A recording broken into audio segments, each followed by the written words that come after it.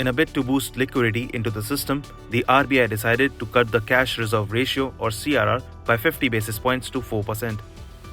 Following the announcement, stocks of public sector banks like UCO Bank, Canara Bank, Bank of Baroda, PNB and SBI surged as much as 3%, with the Nifty PSU Bank index surging more than 1%. As stated by the Governor Shaktikanta, this reduction in the CRR would release primary liquidity of about 1.16 lakh crore rupees to the banking system.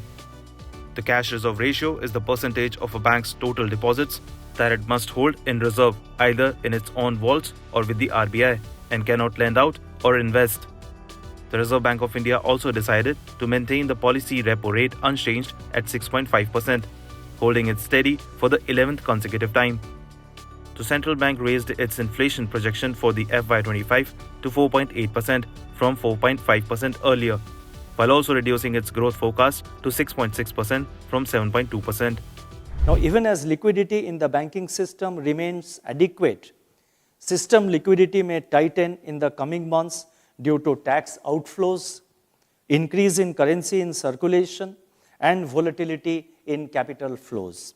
To ease the potential liquidity stress, it has now been decided to reduce the cash reserve ratio, that is, to reduce the CRR of all banks to 4% of net demand and time liabilities, that is NDTL. And this will be done in two equal tranches of 25 basis points each, with effect from the fortnight beginning December 14th and December 28th. This will restore the CRR to 4% of NDTL, which was in fact the prevailing rate before commencement of the policy tightening cycle in April 2022.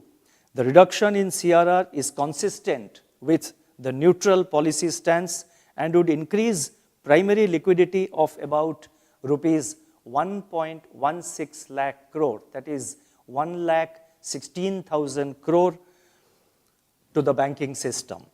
Going forward, the Reserve Bank will continue to be nimble and proactive in its liquidity management operations to ensure that money market interest rates evolve in an orderly manner and the productive requirements of the economy are met.